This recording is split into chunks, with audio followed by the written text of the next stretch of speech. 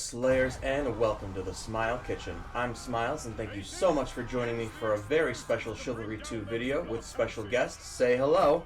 What's going on, guys? It's Shaunie Salami. Shaunie Salami is a pillar in the Chivalry 2 community, boasting one of, if not the biggest Discord servers built around the game, and one of the biggest YouTube channels around the game as well.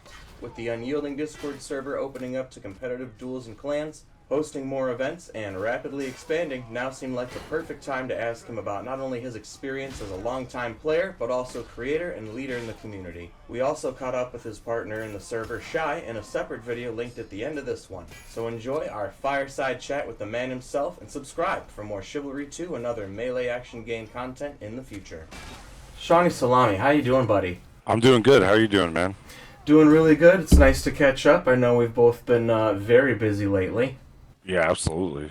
Absolutely. I see you've had a lot of new content coming out as well, focusing on the Elden Ring stuff. I'm glad to see that as well. Yeah, branching out a little bit, just to, it's always good to experiment with new stuff. So, Chivalry 2 is like the home base of my channel, I would say. So, like, that's what most people are here for, but it never hurts to try something else, see what else people are interested in.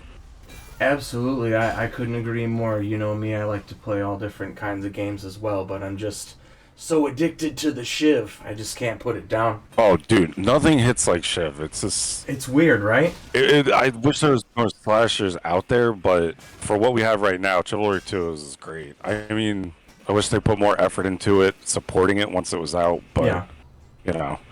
Gotta live with what we got. Yeah, there's really only so much we can do about that, and we're doing a lot with what we've got, to be perfectly honest. Yes, that is true. Yeah, I feel like we don't have that much, like you said, without the support, we don't have that much in the first place, but we're really stretching it out. Like, everybody thought this game was going to die how long ago, you know?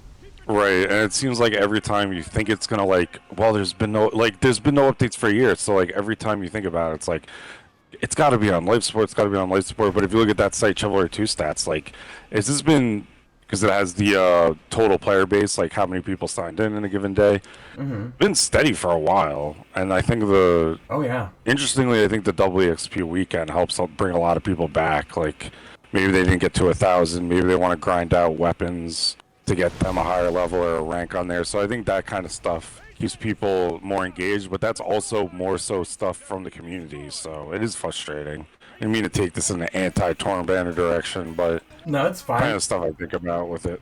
Hey, it's part of the deal, so it's worth talking about as far as I'm concerned. So first, let's get into some pre-Shiv history. What did you mostly play before you found Chivalry? So before Chivalry, there's like a 10-year block of games where I didn't play any games but RuneScape, old school RuneScape. So that was like insane because it's not even like remotely similar. Then after that, I started getting into like Souls games, which, like you mentioned, I've made a few videos on. Hunt Showdown, and then Chivalry 2. And ever since this came out, this has been like my main game. So I guess, what is that, like 4 years now? Because I've played since it came out. So it's that's been the main one. I've always wanted a game like this. Like, yeah. I played Mordhau for a little bit during the pandemic, so that's what got me into the genre, but it didn't really feel like very welcoming for a new player. Yeah. And Chivalry 2, when like that was first out, it was very easy to jump in and learn the combat because everyone was kind of on the same playing field, and also they did stuff like holding block versus like just tapping it. It's like a huge debate, but when you're able to hold block in this game, it just makes it so much more easy to get into for a casual player. And now, all these hours later, I'm just still playing. Yeah, absolutely, and to great success. Thank you. It seems like it's like riding a bike for you. You get back in and you tear right through. Yeah, definitely. I take a lot of breaks just because I've played so much, a lot of hours. But it's one of those games I just have a lot of hours in, so I do better even after a break sometimes, I'd say. Oh, yeah. This is like... it's funny, Chivalry 2 is like so mental sometimes. Like if you play it too much, you can get like overthinking and angry and shit. So it's like, or stuff. So it's just better to, not play it all the time. It's good to play other games. A lot of good games out there nowadays. But absolutely. When I jump back in, it's like a good reset, I'd say. That was going to be my follow-up. Is there any of those that you played? So you said more. How did you play Chivalry 1 at all? Chivalry 1 was during that 10-year block of RuneScape gaming, so I didn't really play anything else during that entire time. Ah, But Mordhau I got into during the pandemic when I had a PC, yeah. and I did really like it. I played it a lot, but I never really got that good at it. And the Mordhau chat is vile. Oh, yeah? So I turned it off, and I never talked to anyone or joined the Discord, so it just kind of turned me off of it. But Chivalry 2 is what got me mostly interested in it, the genre. Yeah. And the community, which we'll probably get into with some questions. Oh, we're absolutely getting into the community. Don't you worry, community who are listening. Just don't ask my Discord screen time. That's all. Oh no, of course. We're not going to get into those kinds of numbers. Nobody needs to know how we spend our time. You spend it playing the game with each other. That's what matters. That's what we care about.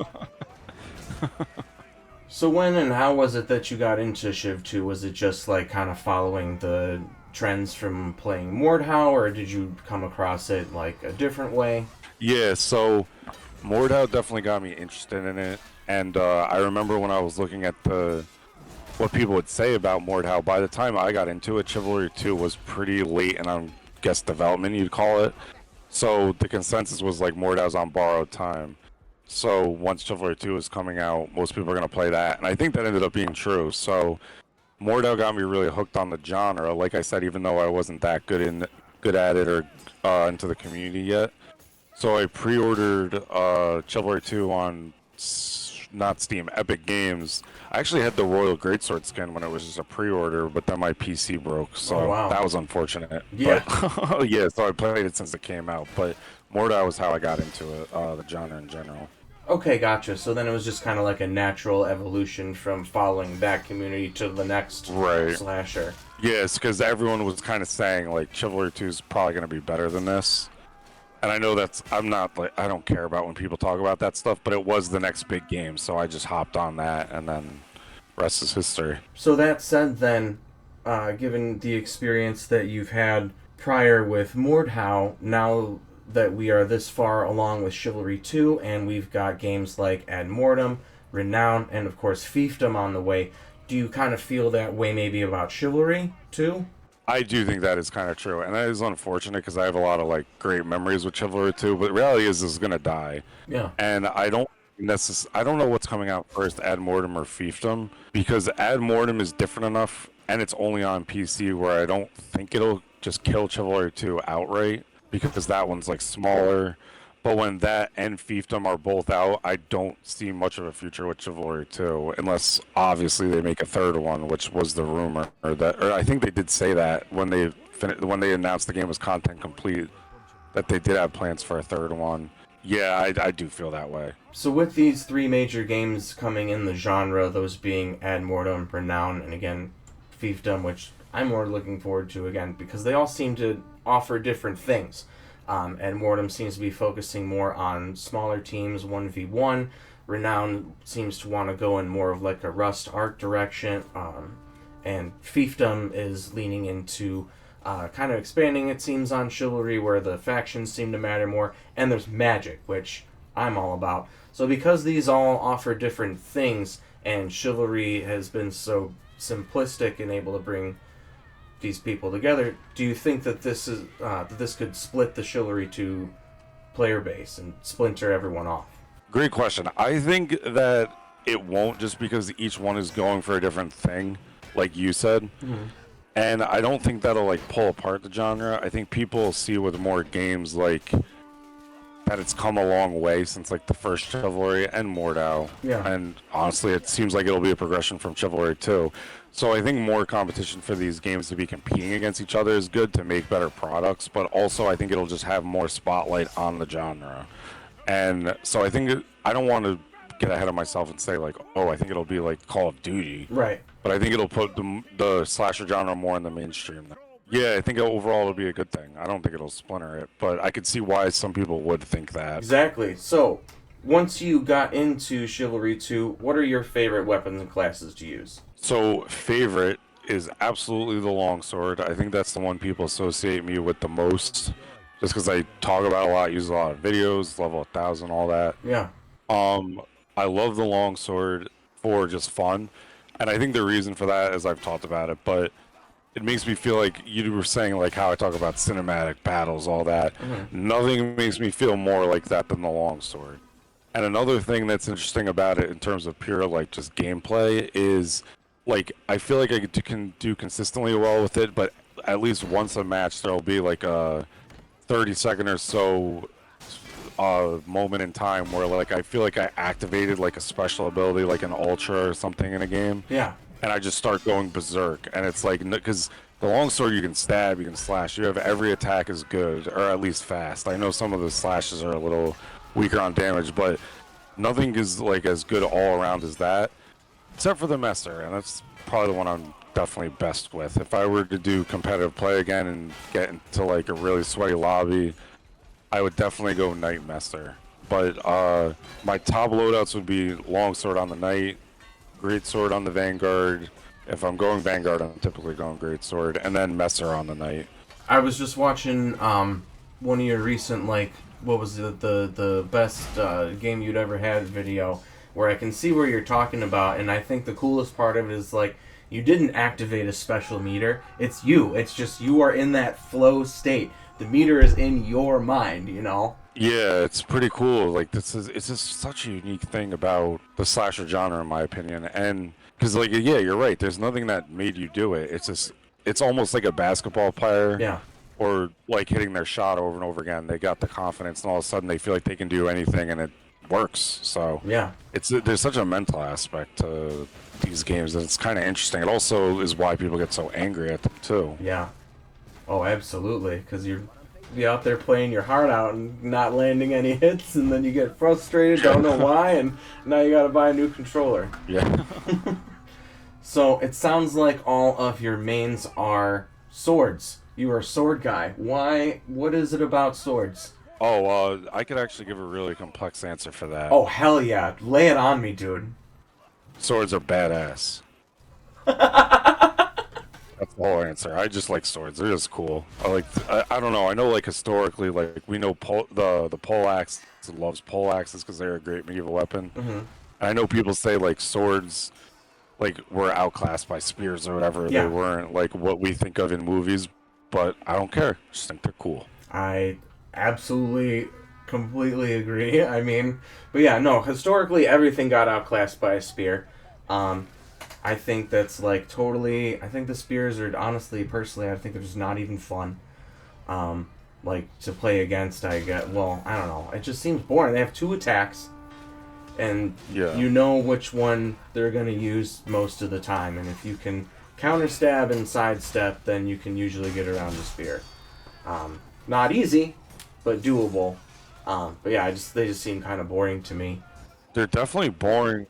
To like, I don't even think I leveled up my spear because when I used it on PC, I didn't like it. So on Xbox, I think it's level 1. Oh wow. And I just don't, unless you're like, and viewers probably know these people, like Recovering Banker, Step Bow, and those guys. Yeah. Rock also, CK, or no, now he's EQ Ryan or something. But unless you're one of those guys jumping around and doing all that crazy stuff, I don't see how just poking and dodging and poking is fun. Yeah. Those guys like jump around and do crazy stuff, but other than I don't know, I don't see the appeal. It's definitely good. Like you'll stack up a lot of points, but I totally agree. It doesn't look fun. Again, that's one of those guys, but yeah. Well, yeah, not to me, but again, you know, we're playing a skill-based game here, and we've talked very much about how like it really does feel like a martial art. Like this could be like I've heard talking about like doing video games for the Olympics, and it's all like the dumbest, most basic shit. But this could either this or Hellish Court. I don't know if you're familiar with that one. Yeah, I've seen that. That looks pretty cool. I've seen like Stride do it on TikTok and stuff. Yeah, that's more like a traditional side scroll, like face each other fighting game. But I feel like either Chivalry 2 or Hellish Court could be like the Olympic fencing game. To be perfectly honest with you, like the way it works is so simple, and the way all the weapons are balanced and everything. About how long into the game, how many hours did you think you were into it when it finally started to really click for you and you started to get into that ultra flow state that we talked about? That I'm not actually sure. So I don't know an exact moment or like hours. I think this game is just so unique that you kind of like I don't know, few hundred like invisible levels because now I'm level 1,000. You feel like you're getting better and learning stuff and be like, oh, I didn't know anything before. Yeah. And it just kind of keeps happening where you reach new heights, I'd say. So I don't have a definitive answer of when it like there was one turning point. Right. But yeah, that's what I would say. I would say for me, it's been steady. Like just a consistent, steady improvement. But what I would say is I don't think that's the case for everyone, because for me, I just queue team objective with my friends, go into that, and then if I'm around at night, which I'm usually not, I'll do like the standalone servers. That'll get you better quickly because you're going against all the good players. But if you're doing team objective, like you get better a lot slower. You also have a lot more fun. Yeah. But I've never seeked someone out to train me or done duels really ever. And I feel like most people do that more. Yeah. Like even if they just only do team objective, they'll hop in like a duel yard and have someone work with them. And I've just never really done that. So I think if you do want to get better, that's the quickest way. But for me, just me personally, it's just been a steady like, oh, okay, I'm just slowly improving without really realizing it. That totally tracks too, and I feel like for you playing the game as long as you have, like, and when it came out and everything, you've definitely got the edge of having more time into it. I was just saying, you can get better quicker if you, like, work on specific things one at a time. It sounds funny, but, like, I guess how someone would work on fighting in real life, right? But, yeah. I don't know, I just think it's more fun to just get a group going, go in TO. No, I would absolutely agree. So what I was getting at is, for you've definitely had the advantage of having more time into it, so you've had, like Also, like, a head start. Yeah, like, because you got a head start, you didn't really need to focus on duels or whatever, because, like, right, you've been playing the game this entire time. For me, pretty much the only reason I do duels is so I can play TO better. Like, that's... Yeah. If you ever see the streams, I go in, I start with about 20-30 minutes of duels every stream before I get into TO, and I don't check the scoreboard. I don't care how much I die or get killed. But once I go into TO, I start a lot stronger than I would have if I didn't. Yeah, that makes a lot of sense. You're brushing up on the mechanics. Right. The people in duels are generally just going to be better than people in TO, obviously. So yeah, definitely smart. Well, it's kind of a balance because people who only do dual yard are kind of ass at 1vx. Yeah, I think it translates better if you only do duels. That's like a hot debate people always have. Like I said, don't really ever duel. Part of that's like the content creator ego thing. Like I don't want someone to just... when I never step in duels, someone is just like, oh, I killed a level 1,000 YouTuber and I'm clueless in 1v1s. But I would say they definitely help each other. Like, I think if I can name drop NJ, Llama, and people like that, they mainly do TO and then do duels like as like a side thing to get better at TO. Yeah. And just like if they're bored and want to do duels or whatever, I think that's the ideal way to go about it if you're trying to be as good as possible. But overall, I would say if you had to go all or like if someone did 100% duels or did 100% TO, which would translate better to the other, I do think duelers would do better because like. I've only done TO, and like if I get locked in on 1v1 with another player, like I'm just trying to stay alive until someone helps me because I just can't fight. Like I just start overthinking things because I don't have enough experience in it. It's just something I'm not used to. So everyone kind of roasts me for my dueling abilities. I just think it's fun. Or I think it's funny. It's pretty valid too. Someone with my playtime should be a lot better at that. It depends on where you spend your time. Because there's things you don't have to think about in duels that you definitely have to think about in TO. If you spend other time in duels, you don't know the maps. Yeah. There's probably all kinds of fun little traps and just shitty footing and positioning you can like stick people into or to avoid because you know the maps like the back of your hand, Yeah, that's true. Even stuff like finding a bandage crate, right? Yeah, exactly. Some people don't know, like, dude, you don't know where you try not to use your one bandage if you can avoid it in the dual yard, right? You know where all the band-aids are there, but you might not even know how to, like, find them with the secret up on the D-pad trick. Yeah, someone pointed that out to me that blew my mind.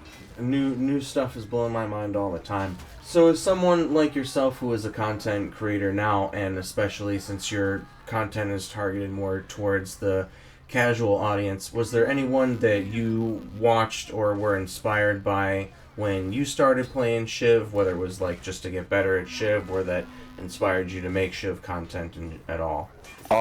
So yeah, I definitely watched a lot of Strida's videos, and what's pretty funny about that is I don't think it really intentionally inspired my videos or anything like that, but I share a lot of the same opinions with him as on stuff like catapults and archers. So people kind of call me Walmart Strida. Yeah, people call me Walmart Strida because they think I like ripped that bit off of him. But I like his videos, so I think there's like been things that like have maybe influenced me without realizing. But because overall, the way I got into content creation was I just uploaded a Chivalry 2 video, like a montage, and it got like 2,000 views, and I didn't expect it to get more than like maybe like 50 or anything. Oh yeah. And I was like, oh, nice, it got views. And I just uploaded another, and I didn't do as well, but it got views. And then people started asking like, hey, do you think you can like stream or anything? I was like, well, I'm not gonna stream, but I could put up a full game. Yeah. I watched it back. I was like, who would watch this? It's just nobody. There's no one talking or anything. So then I was like, I don't have good enough internet to stream, and that's when I just started talking over the gameplay and was like, this is what I was thinking here. This is what happened in this instance. So it kind of just snowballed, and I realized that kind of resonated with people because I even though I'm like an expert on the game, if someone's just trying to get better, I do know enough that I can help someone just show my thought process on things.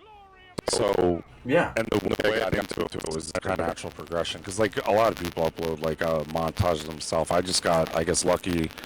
A lot of people saw that one. So did you go into it thinking like I want to make tip videos to help people out, or like it just came like, oh, I'll just commentate, and then that just kind of turned into the tips, tricks, and funny moments that we all have come to know and love? So it was definitely not my intention to go into it, was to be like helping people get better. But when I started getting a following, I did want it to be very centric on like, it's supposed to be fun.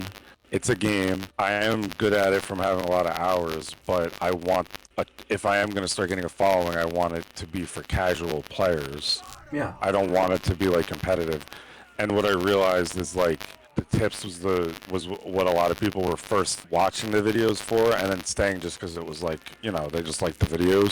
So I was just like, you know what, I'll lean more into the helping people stuff, and then the other stuff I comment on is fun too. But Drew actually, well, they don't know that, but someone actually explained to me that what gets people into it is the tips, and then they stay for either you or they just like the videos or your gameplay. So overall, that wasn't the goal. The goal was just to get the message across. It's supposed to be fun. It's for casuals, and that was just kind of the natural evolution of it, I would say. That totally makes sense. Yeah, especially going into it the way that you did, and yeah, I've heard the Walmart Strida comments as well. I'm in his Discord as well. I think you guys are not similar enough in my personal opinion. I think you guys are different. First of all, those are commonly held opinions. If you don't hate archers and siege weapons, you are one, and I don't fucking trust you. Like, yeah, why would I want to associate with those people? Yeah, but their opinions don't matter anyway. Subhumans. Right, subhumans, sweaty versions who don't shower, and we don't want to be near them anyways. Exactly. I think that's how I found you, was the pipeline, because when I first started, I wanted to get better. Like shortly after, like once the game started, okay, kind of clicked for me, and I started the rush of killing like a bunch of NPCs at once, because I started in training grounds. I had no balls at all when I first started, but I knew I wanted to get better, and of course by the time I got into the game, which is barely, I think, a little less than a year yet, not quite a year yet, but there was a bunch of, there's all the pro videos and tips and tricks out there, and then there was Shaunie, who was able to, I felt like you are able to use some of those advanced tricks and like in context when they come up. And then, right, as other things come up, your videos being very honest was very helpful as well. Because, like, yeah, mistakes are going to be made. You're going to try stuff. It's not going to work out. Yeah, I always get surprised when people say that. Like, you leave your deaths in. I was like, yeah, well, first of all, I die more than, like, other players of my skill level, I'd say. Mm-hmm. I don't have the best positioning.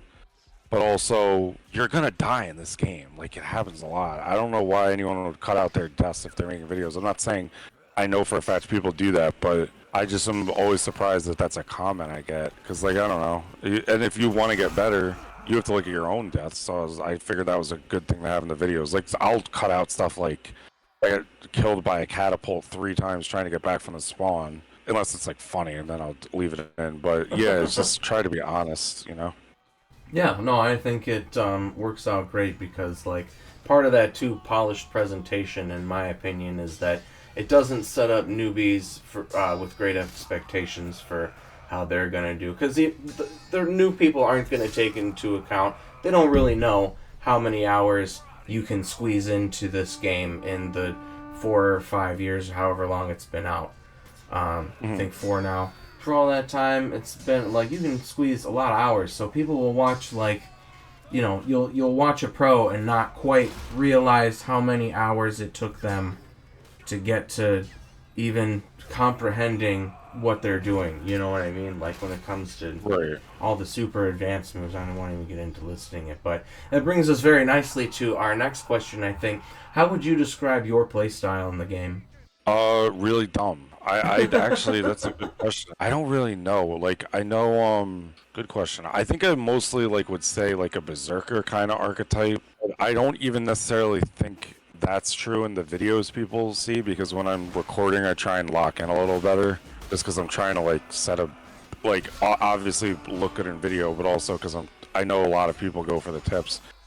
But if I'm just playing on my own, like, I kind of just rush into a lot of 1vx's and don't play smart. So I would say more of like just kind of berserker, unless like I am using the longsword, which is my favorite, because like you can't really do that with that. Then I try and be more tactical, front line a little bit, but overall, even if I'm not in the going berserk and rushing at spawn ways like an idiot, I would say just like a frontline player. Yeah, it's hard to tone it down in like a sweaty lobby, because like then it does give you bad habits is one thing I would say. So Yeah. when I do have to lock in, it's a little harder because I'm just not thinking well enough, thinking far ahead enough. It's just getting bad habits essentially. Well, that's when you switch to longsword and then just, you know, close the distance and stab, you know? Yeah, press one button.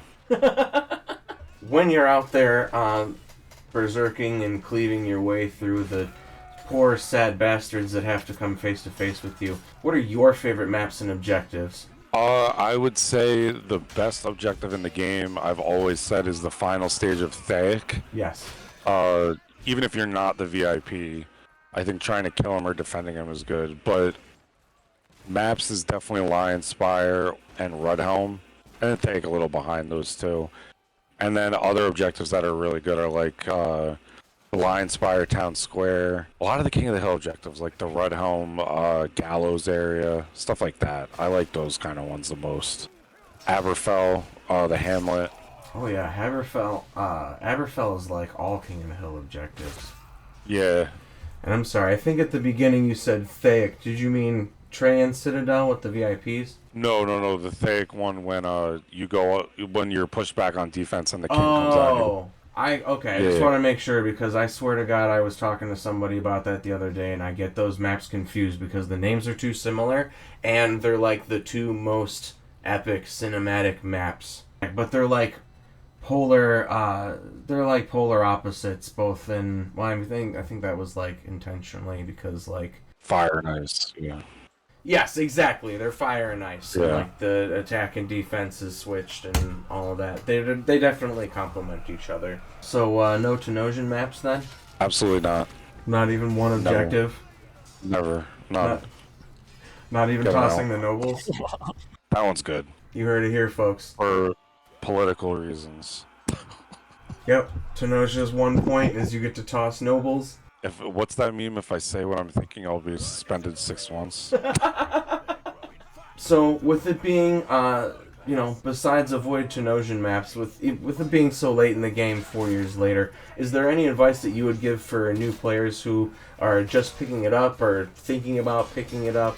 Yeah, so it's cliche Reddit advice that people just use for upvotes on there, but they're actually right. So a lot of times you'll see someone just immediately trying to get good at the game and like work on things to train, stuff like that.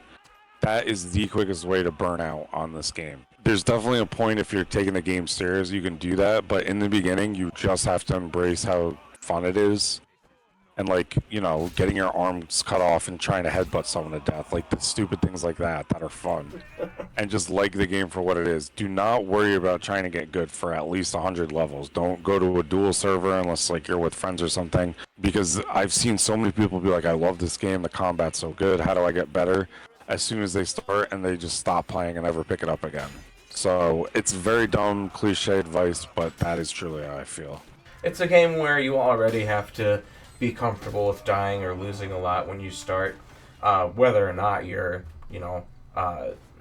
4 years, 1 year, 1 week into the game. It's the kind of game where you're going to die a lot. I'm sure that was still the case when the game very first came out and everyone was below level 100. Yeah, and you're going to just burn out and you're not going to have fun trying to get better. I've seen it happen to so many people. Yep, throw barrels at people, do all that stuff. Yeah, find where all the brooms are so you can beat people with brooms. Yeah. What is it that keeps you coming back to Shiv, even though you got to take breaks? What keeps Shaunie coming back to Chivalry 2? The community, definitely, because for me, I would still come back to this game and play it now and then, but I would not play it nearly as much as I do, and it being my main game if it wasn't for all the friends I made in it. So it's definitely the community aspect for sure. 4 years in, this might be a kind of a big question. I want to know, everyone wants to know, what are some of Shaunie Salami's favorite Chivalry 2 memories? That's a great question. So, one of them is definitely the first time I did competitive play, and that was with the Sirs when they were their own thing, and it was like an event, like Xbox versus PlayStation. So that was a lot of fun because it was just like a huge step up, and I didn't do great or bad. Like I did okay. Mm-hmm. But it was cool to see that and like just everyone getting excited and seeing like the objective matter again, the little moments like that, and then actually having stakes in it where you wanted to win. That was a top moment. In terms of like actual gameplay, the map that sticks out, or the match that sticks out to me the most in terms of just doing a TO lobby was it was the video you mentioned earlier about Fallmeyer with the Longsword. It just felt like that match, everything went right for me, and I still remember playing it more than I even care about the video necessarily, and that's why I made that one feel like a movie almost. I turned it into that because I just remember beginning to end that match, I just felt like I couldn't even be stopped, and it was just so fun. Some other cool things are like events I've done, like in Strida's Discord. I've done things with him a few times, like I participated, not like ran events. Mm-hmm. But like when we did the Battle of Jersey versus Portugal, when he gaslit the entire community into thinking I'm from New Jersey. And then when we started doing our own events, it's been a lot of fun in the Unyielding Discord that you're a big part of. That's been a ton of fun, like coming up with storylines that we all meme and role play and do stuff like that. Yeah. We had the duel tournament a while back where it was before we had a dual server. That was a lot of fun where we all did that together. It's a lot of stuff like that, community-led things. Although, like I said, that one match and the competitive one, but even the competitive match I mentioned, like that was also more so about the community aspect and seeing each other get excited and things like that. Yeah, no, absolutely. I've always loved the events. I think they're a huge staple. But I'm, again, biased for this because, after being in the server for a while, the reason it sticks to me so much is because, like, right when I started, there was, like, an event happening, and I was just like, I just would, if there's space, I'd be happy to be there. And space was made for me, and I wasn't at the bottom of the list. I think I was, like, bottom 3. But, still, I was definitely humbled after that. But it was like getting beat into a gang. That's a good way to put it. Yeah, everybody totally trounced me for like the hour or two, No more checking the scoreboard. You're playing as a knight, and you're just having fun. Stick with everybody, man. Right. But I think I was level 80 when that happened. So, how far we've all come. It's crazy to think that the time's passing so fast. Dude, for real. It's been almost... I think I started playing the game in September.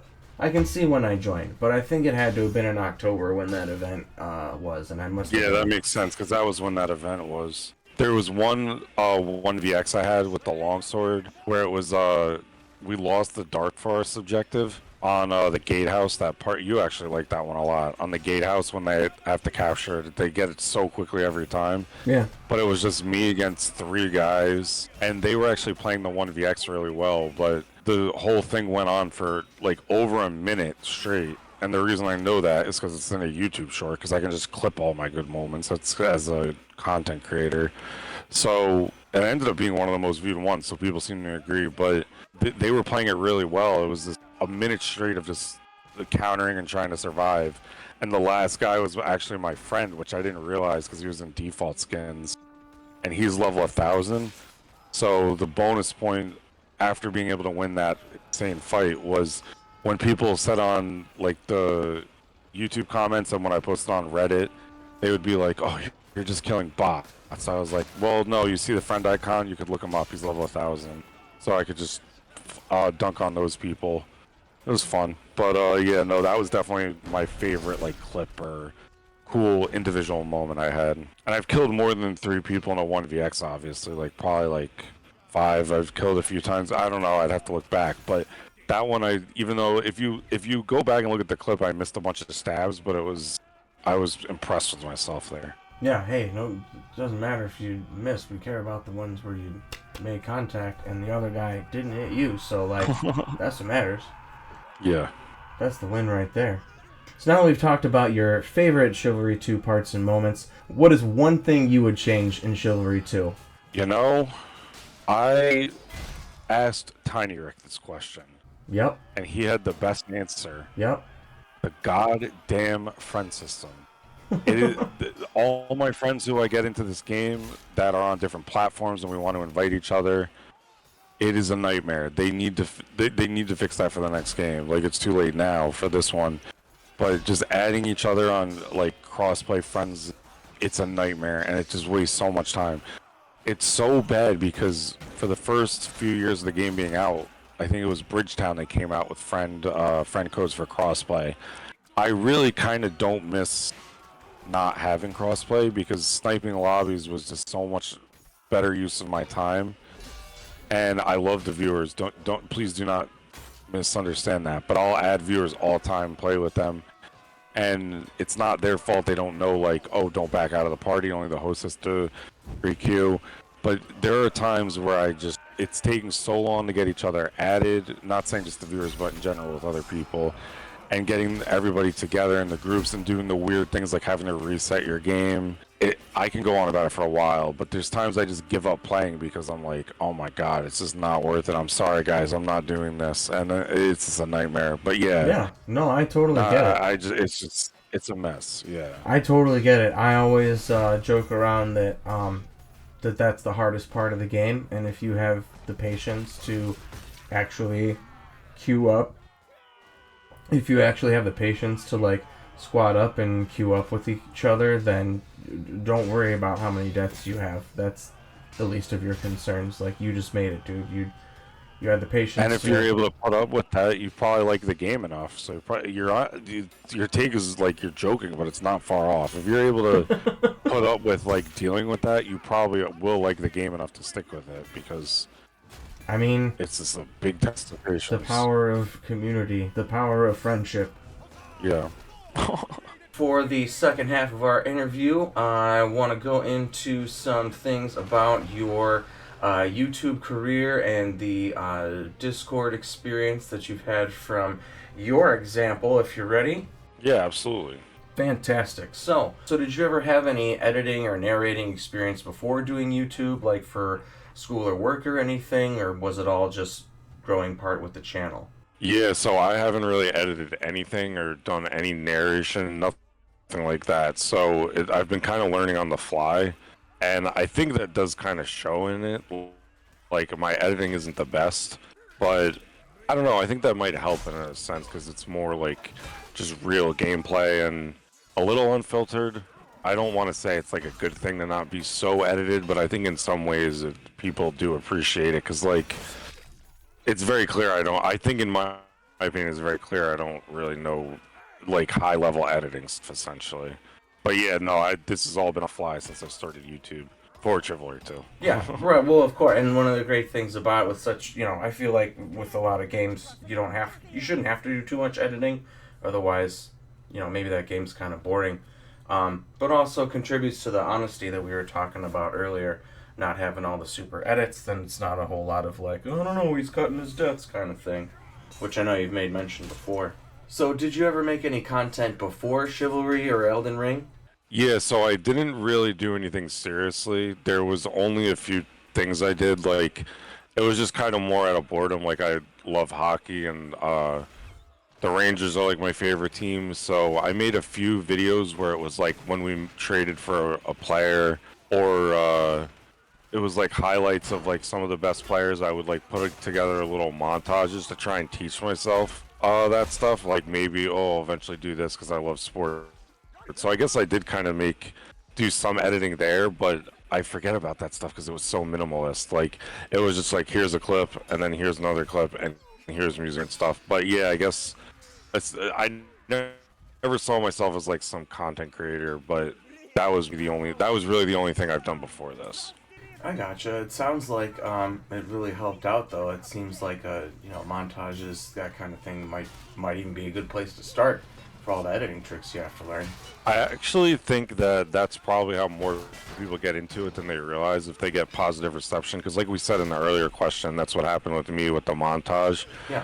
And then people realize, like, oh, look, I'm getting views or positive comments. And for me, though, the Rangers videos, I completely even forgot about those because they were so bad. But with the Chivalry videos, what made me actually like really encouraged was people were talking about the specific gameplay, and I never saw myself as like an amazing player, but I think it's because I hang out with a lot of the good players. So like once people were really encouraging about the gameplay, I was like, you know what, maybe I will just listen to them and put up a full game. Like we were talking about how it kind of snowballed. Yeah. So I would say even though I did stuff before, it's not like it was never something I saw myself doing long term. But that's this is a little bit of a tangent, but I think that's kind of something cool about YouTube. Is if you ever are thinking about doing it, just put something out there. You got nothing to lose, and then you can see where it takes you. And if you don't do it, you don't like it, that's fine. So yeah, that's true. No obligation to keep going or anything. It's been one of the better parts of my experience. What is it about the games that you play? What is it about Chivalry 2 and Elden Ring, maybe specifically, that makes you passionate enough to do the YouTube grind for those games? So for Chivalry 2, it's really not so much the actual game. Like I do love the game, but I've talked about it a few times now, so apologies for repeating myself. But the community aspect of it is what I like so much about it, like my friends and stuff. And so stuff like that, like being able to just queue in with my friends, hang out with them, and a lot of the people I've met is what makes it. And so for like the other games I've made videos for, it's not nearly as much, but when I make videos about them, like what draws me to the games in general is just that for From Software, I like that they put so much care into it and treat it like art, and that's something I really respect because I don't think every game is really doing that now.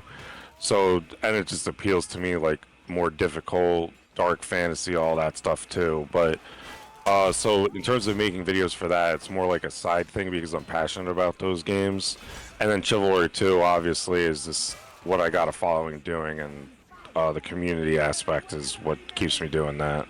I asked something similar to this when we were talking about Chivalry, but I'm curious, is there any point, like, when did, like, content creation really start to click with you, where you kind of felt like you would start to found your voice or, like, found your rhythm with making videos, things like that?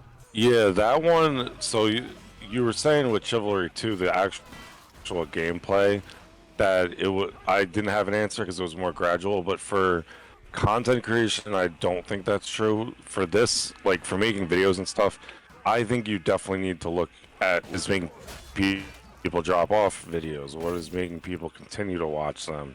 So once I started being like, you know what, I'm starting to get a following. I want to respect people's time that are like clicking on these videos, and I feel like I should be trying to get better at this. So I started just doing more editing while kind of keeping the same style. Like, I used to fast forward in between deaths, just because I was so paranoid about like hiding things or people think I'm hiding things. But then I was starting to realize like, oh, some people skip off those, so maybe I should just. I built up enough trust to start editing that out and fade in and out and all that. There just came a point, I don't remember what exactly it did. I was like, I'm starting to get a following. I should put more effort into this. And then I started doing more editing, and that's kind of what really brought that on. Just taking it more seriously, but there over time. But I wouldn't say there was a specific thing until I started looking at that stuff. Basically, the stuff YouTube gives you. I don't think there was necessarily like a milestone that did it.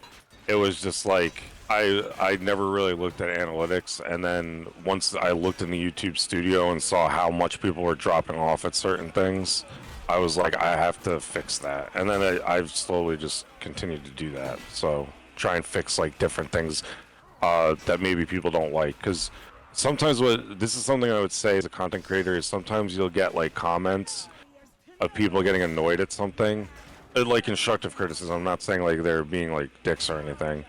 And so you want to fix that for your video, and what you may not realize is like that's just one guy's opinion. So while yes, everyone is valid, you could have like 100 people who aren't in the comment section that disagree with it, but you're not seeing what they're saying. So that's just something I try and like keep in mind. There's a little tip for content creators out there that are starting out. Yeah, absolutely. Don't let the negative voices get you down, because the most negative people are often the loudest, right? That's part of it, but I'm saying even if they are trying to help in constructive criticism, like you can maybe ask them where they're coming from, but also just because you don't want to just follow one person's advice. You would just appeal to the most people within the, like in this case, Chivalry 2, the game you're making videos for. Yeah, I gotcha. That makes a lot of sense. I think I was coming at it from a more negative point of view, but Shaunie the ever positive, of course. Yeah, like they might be well-meaning, but they're just one. Well, those guys, you just don't listen. Yeah, right. The negative ones don't listen to it all. So while you were on your I don't know what else to call it, sounds kind of lame, but while you're on your content creator journey, do you have any favorite tools or apps that you've used, or any favorite editing tricks that you like to use? Yeah, a lot of people don't agree with this, but because I don't have a PC, it works for me, is CapCut Mobile. I don't think I would recommend for everyone, because I think if you have a PC, there's definitely better things you can use. But a lot of people like worry about having the best possible software edit, and I think that if you have a phone and you're just trying to do gaming videos, CapCut can get you started. And unfortunately, that's what I'm still using years into it. And another good one, this though, CapCut, like everything is locked behind Pro now. So that's changed a little. I need it because like, my situation is a little different. I don't have a PC, but I know a lot of people, if they're going the free route, which is definitely something you should do. If you're starting out, is if you have a computer. I know a lot of people use DaVinci Resolve. You've actually said you definitely give them your seal of approval, but I can't speak on those as much. But I got another tool for you for your sound. If you record a bad mic or your phone or whatnot, you definitely want to look into Adobe Podcast because it's free and it just cleans up your audio automatically. Anything that you're talking, like, you can separate that from the music, obviously. Don't just put in your whole video at the end. Put in the files of you just talking, and it'll clean it up and make it sound way more professional. Two of the good, like, content creator things I've been using. But, and I wish I had more advice if I had a PC, but that's a sad reality for me. Well, no judging. Like you said, everybody's situation is different, and, if you're just doing this for fun, I don't think it's necessarily fair to expect like the best of the best. And even like if it's like gaming videos and it's not like editing, you don't really need to do that much. People are there for the gameplay in the first place. So sometimes, like you said, don't stress on having the best of the best. Having enough to get you by is plenty. Yeah, I definitely. That's how I look at it too. And I feel like in content creation, this is something I've heard people say, and it's kind of a cliche. It's true though. Is like the only thing you have that nobody else doesn't have is yourself. So that doesn't mean you're like loud, boisterous, yelling personality. Just your unique voice, whatever that is what should be number one if you want people watching for you. You know. So even if you don't have the best editing, that's just something to keep in mind. Oh yeah, absolutely. Because yeah, Shaunie ASMR is huge in the community. We're all about it. It doesn't have to be big and bombastic. Do you have a favorite video or series that you've done? Not necessarily like the most popular one that you had the most fun making. Yeah, so it's funny. I like putting my friends in videos. A lot of people want more player spotlight videos, for example, but I would say those aren't necessarily my favorite because I feel like I could have done them better. Like the older player spotlight videos, but in terms of like things that I like that are my favorite that I've made are probably the one with Tinier because it was an interview, and that's kind of like what this one is like for you. So like, I like having them involved in some way. So like even people like his name right now is CK West, but his name before was Sir West Newports or something like that. He's been in a lot of my videos, so like just kind of sharing the fun memories with them. And when people comment like, "Oh, West was in this one," like that's cool. And there's actually one specific video that doesn't apply to that was my favorite. The title is called "I Was a One-Man Army in Chivalry 2," and what was really just cool about that one was I have a soft spot for it because after I took a break from making Chivalry 2 videos and thought I was done, I started making like Souls content when Shadow of the Erdtree came out, and I came back to Chivalry 2. I was expecting like this whole big like, oh wow, Shaunie's back, and I was gonna get like 4,000 views a video, and that didn't happen, and it was a slow start. And then I had this game I played with these guys, Dirtiest Ninja, my friend, and Jacoby, and this video just single-handedly revived my channel, and it was also one of my best games because what I don't realize is like not everyone's here just to see the like top level games that you play. Like sometimes they just like your videos even if the gameplay wasn't that good. But this game, I started off really slow in the match and played really badly on a Fallmire, and then all of a sudden I just, instead of rage quitting, which is something I used to do a lot, I logged in and got like, I think it was like 100 takedowns almost in one single life, and people really liked seeing me like start off slow and then heat up as the game went on, and then just completely just annihilated this lobby. Like, and that was one of the more fun games I remember playing. So it was like 87 kills, like 150 takedowns, but like 100 of the takedowns were like one life. So that one I have a soft spot for because ever since then my channel's been on the upswing.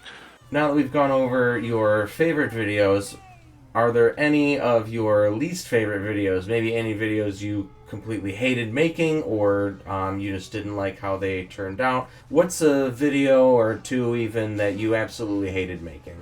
I have one video I hate, and it's the video I'm most famous for, is the Dooman video that left the Chivalry 2 stratosphere. It's got like over 100,000 videos because I thought it was fun to make. I thought it was a good video, but the fact that I've only had drama type videos on my channel twice, and one of them just like outperformed everything by such a significant amount, I kind of hate that that's like my biggest video, because it was funny and the guy does kind of deserve it. He's a troll.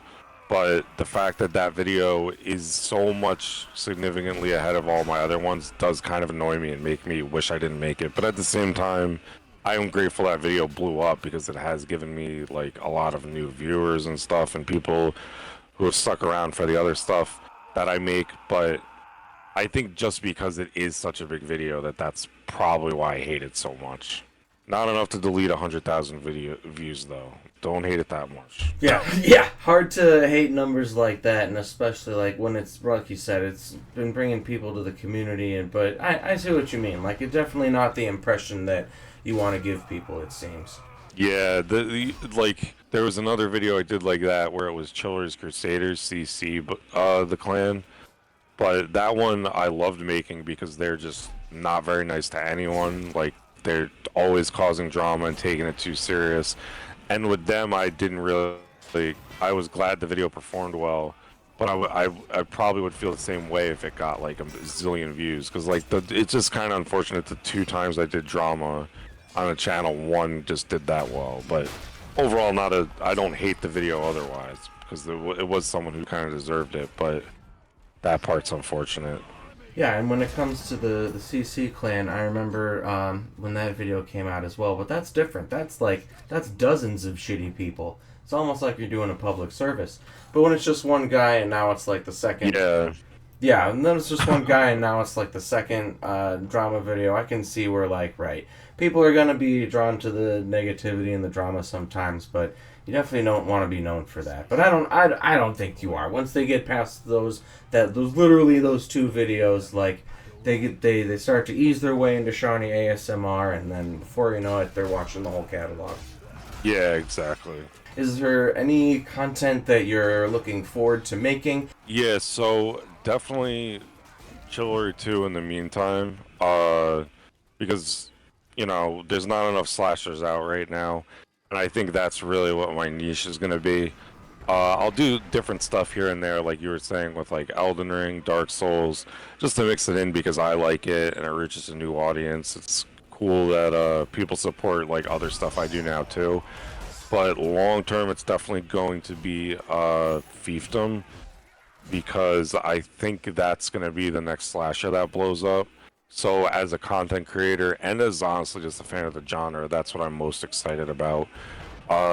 Even more so than if there is going to be a Chivalry 3. But that's something I'll definitely make videos on as well. But overall, it's just going to be the slasher genre, like melee slashers, things that come out. And hopefully I'll have a PC and can play Ad Mortem as well. So going forward, that'll be it.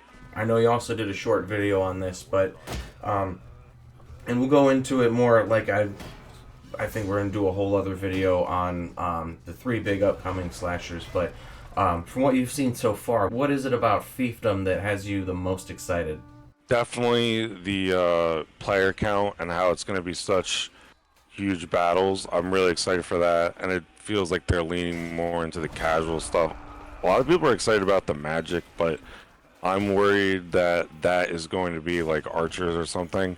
But it just seems like they have a good handle on, or a good idea of like what the games should be. And that's no disrespect to the other ones, but I'm happy to see that they're going bigger in that way, like just trying to do the whole cinematic battles we talk about instead of the smaller scale and like 5 versus 5s or 1 versus 1s of Ad Mortem. I personally am excited for the magic. I see the concern. They seem pretty dedicated to balancing it out, but I guess, only time will tell, because it's not going to be like a whole magic class like archers, a whole class. I'm tell you right now, I'm definitely spell sorting, and if it sucks, I'll drop it. But I also, another thing I noticed when I was reading through their website is that like it seems like they're leaning into the lore more too, like whatever, like there's different factions that you can choose, and then those factions kind of determine like your class, like what's available to you, kind of thing. So I thought that was really cool. How long ago did you start the Unyielding, and what made you want to start the Discord server? That was actually something I did want to do for a while. Once I started getting serious about content creation, I did it pretty early on. I think it was like when I got 1,000 subscribers. But because the Chivalry 2 community is such a cool thing, and that's something I keep going back to, it was something I did have planned once the YouTube was starting to take off. Before I hit 1,000 subscribers, I was already thinking about it. So probably once I started getting more serious about YouTube, so very early on, like the first few months of it taking off. Even before the Duelyard recently blew up in popularity, you've been able to boast one of, if not the largest Discord community for Chivalry 2. So how was it that you were able to achieve this? Was that always the goal, or did that just kind of happen? Basically, a lot of the Chivalry 2 Discords at the time were just like tournament grounds or clan Discords. The only like casual leaning one was Strida's, and excuse me, that was more about his content content creation, which is fine. I'm not saying it's a bad thing, but mine was more so just for people to come play the game and have fun, even if they're not the best players. And it was very surprising to me that that was not already there was no community like that for Chivalry 2, because this was like a few years into the game being out already. So because that was kind of like the idea behind my YouTube, it made sense to have that as the idea behind the Discord.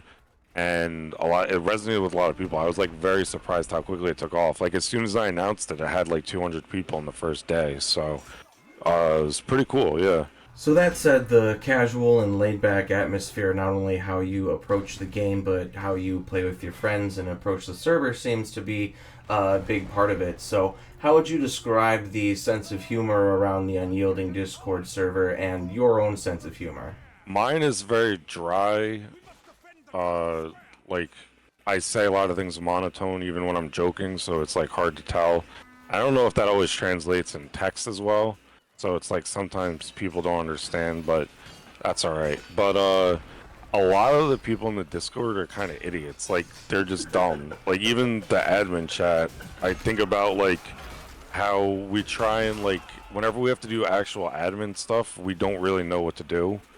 So it's just kind of funny. Like, it's not really the smartest group of people. And what's kind of funny about that is like, I don't know if that's a general Discord thing or just us. It could be both, but yeah, like dumb. That's basically it. Now that it's happening and it's become like such a big part of the server, has a dual yard or competitive teams ever been a goal or a dream that you've had, or have you always have you just wanted to stay more casual? I've wanted to stay more casual. That's definitely more so something Shai's done since he's joined, and I do kind of miss if I'm being perfectly honest, I do miss when it was smaller, but like when it was just people grouping up. But I've told Shai this, like, it is kind of what we had to do, because if we wanted to outlast Chivalry 2, like, we had to have like longer term like goals basically. So essentially the partnership with Fiefdom for that tournament will help us transition to that. And if we weren't like giving any specific, like, basically if we were just staying a casual community of Chivalry 2, it wasn't going to last forever. So adding a bunch of stuff on top of it, I think, has been good for the longevity of it. And I would just be lying if I said I didn't miss when it was a smaller, but long term it is still what we had to do to add all that. And I do think it is cool, and Shai does a great job with it for sure. With that stuff, I'm mostly like the Queen of England. I'm like a figurehead. I don't really involve myself as much because Shai does such a good job.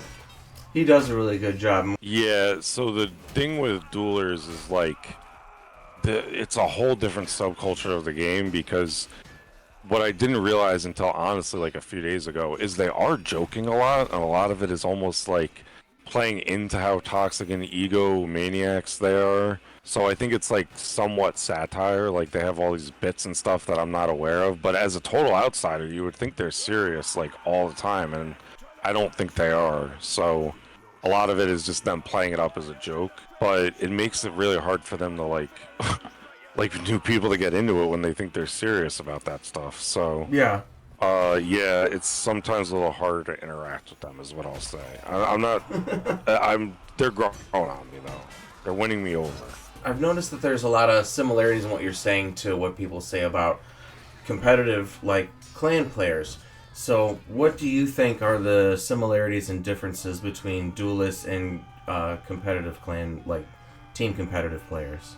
Yeah, that's tough, because I do think there's a big time ego in both.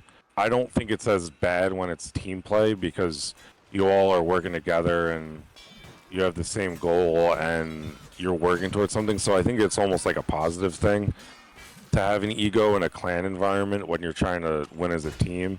But it does kind of get on my nerves a little bit about dueling, because it's like, I don't want to say it's like selfish, because it's not. You do want to be good at something you're putting like your time in. If I'm being perfectly honest, it's sometimes a little harder to interact with duelers. Like they're harder to talk to.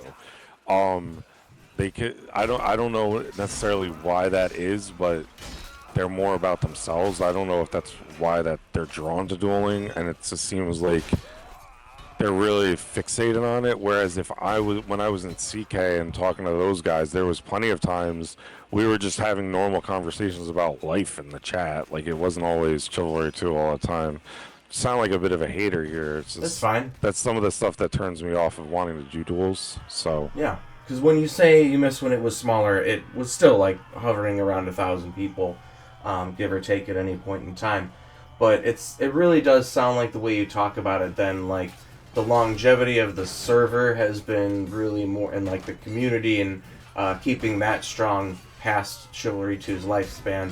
Sounds like it has been more important. yeah, that's been the whole idea behind, or at least my thought process behind supporting Shai with the duel yard, doing the duel tournament, the competitive play, because this is stuff we want to build for like a longer lasting community that will transition to whatever games come next. I want to get into a bit now about your partnership with Shai. I really would like to know, what was it that finally brought you two together and made you want to partner with Shai on the server and the duel yard and making it grow to the next step? He had a lot of questions about YouTube, so he was starting to ask me. And what I quickly realized after that initial conversation, Shai's a fucking asshole. And that's actually something I like about him, because there's so many people online, or in person too, but I've noticed it a lot more recently online. Like, they'll backstab you, not really be upfront, they don't really tell you what's wrong, and then all of a sudden they're pissed at you. And on the internet, someone could just block you and just not talk to you anymore. So, like in person, I've always not really had a problem with confrontation and be like, hey, what's going on? What's our problem? Why are you acting like this? But on the internet, it seems like a lot of these people that I've interacted with aren't about that, and they just kind of ghost you, basically. This is a weird thing I've noticed ever since I've had this Discord. And Shai is, as I said, an asshole. So if he has a problem with you, he tells you what the problem is. So it's a friend I've needed to make at this point, where it's like, I know where I stand on Shai at all times, and it's the same thing him with me. Like, I'm not as aggressive as he is, but I don't have an issue with confrontation or telling him when one of us is upset with the other. I would agree. I think he's probably perfect for it. I remember when he was like first starting his channel and asking about it, and yeah, in my interactions with him, he's definitely been, I would use the word abrasive, but I would also use the word genuine. Because while he absolutely can be a fucking asshole, yes, he has made the point, like, man, I got a whole ass life outside of this. I don't give a fuck what happens here. I'm just having fun, and I take the same approach. I'm just not as much of, like, I also want to make friends. So it does sound like you guys have a really good balance of, like, not only managerial styles, but like social styles as well. So has that kind of been the experience then running it with him? You guys are able to hash out, like, even if you agree or disagree, it seems like you're able to hash out conflicts pretty quickly. Yeah, it's very easy to do that, because, and we have had to a lot, in like, not in like front of people, like in DMs and stuff. I'll be like, why'd you do this? He'd be like, why'd you do that? And it just settled very quickly. So we keep having a bit going about how, because it's basically like we both own the server, because he's doing half of it and I do like the other stuff that I was doing beforehand. So we keep having a bit like we have to have a power struggle, which so far hasn't really happened. Like, we've been pretty happy, but I'm sure other people disagree. But and at the end of the day, it is just a Discord server. Like, it's just supposed to be a place for people to come hang out with. So I think that's hilarious, and I think maybe we should have an event about it one day. I think that would be funny. But then I know we kind of touched on it a little bit, but I feel like that was maybe more me. So in your words then, what are your goals and plans for the server's future? Where do you see this going, as other games come out, and as it continues to grow and evolve? Me and Shai are thinking, because we've talked about this, is like, it's the go-to community for slashers, like the melee slasher genre, because we think it is going to get a lot bigger.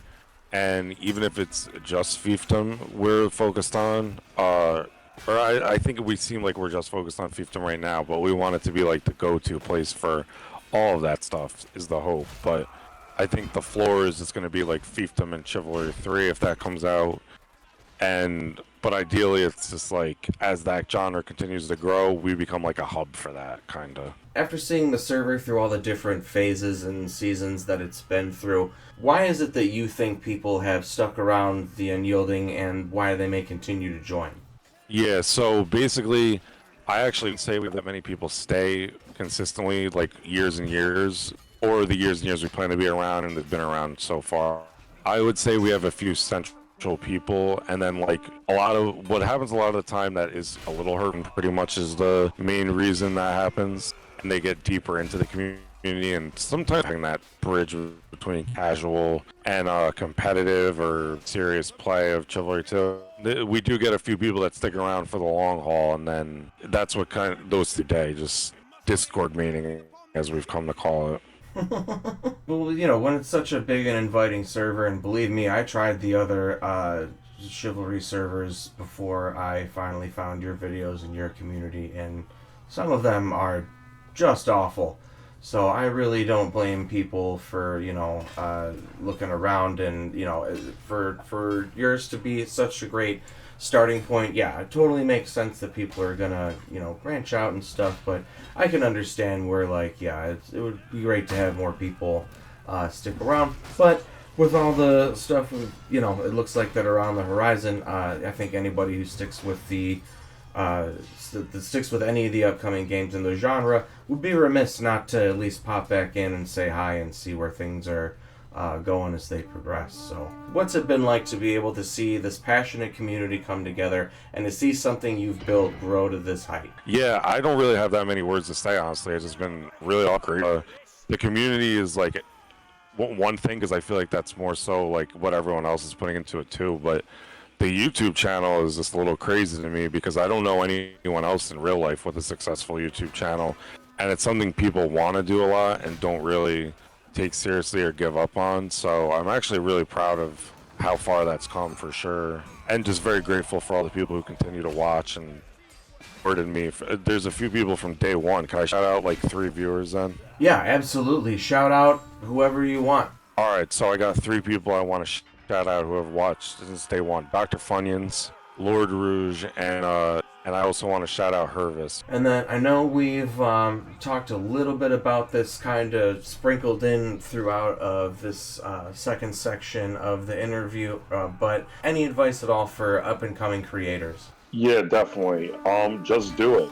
Don't worry about making good videos or anything like that, because your videos are going to suck in the beginning. So just do it and see if you like it. See if you like the process of making them, and then just take it from there. If you have any interest in doing it, there's no reason not to at least try. You have nothing to lose and everything to gain. Couldn't have said it better myself, and I mean, I'll be honest, that advice definitely got me through my my first few videos, so I appreciate it. But if there's anything else you'd like to say to the community that maybe you don't get to say in videos or in the server, or anything that you'd like to say now, you're more than welcome. Love you guys. True gentleman as always. Well, thank you so much for taking the time, Shaunie. I thought it was about damn time that somebody did a player and creator spotlight even on you. You've been such a huge boon for the community. I know I speak not only for myself, but the whole Unyielding community when I say we love you too, man, and thank you so much for what you've built, and thank you for continuing to keep it going. Thank you so much, man. Thank you so much to Shaunie for being willing to let me do this with him. We had a lot of fun, and he and the Unyielding have been so supportive. If you made it to the end of the video, I appreciate it so much, and let us know by commenting Shaunie's other catchphrase, "You'll never guess what happens next." I'll link his channel and the Unyielding in my comment below, along with my socials and my stream, where you can watch and join me every weekday in Chivalry 2 and other games. If you want to know more of my thoughts on the game, I've got another video for you, and if you want to get to know the Unyielding more, I also interviewed Shaunie's Discord partner Shai, both on screen now. And subscribe for much more collaborative content on the way soon. But for now, I've been Smiles, and the kitchen is closed.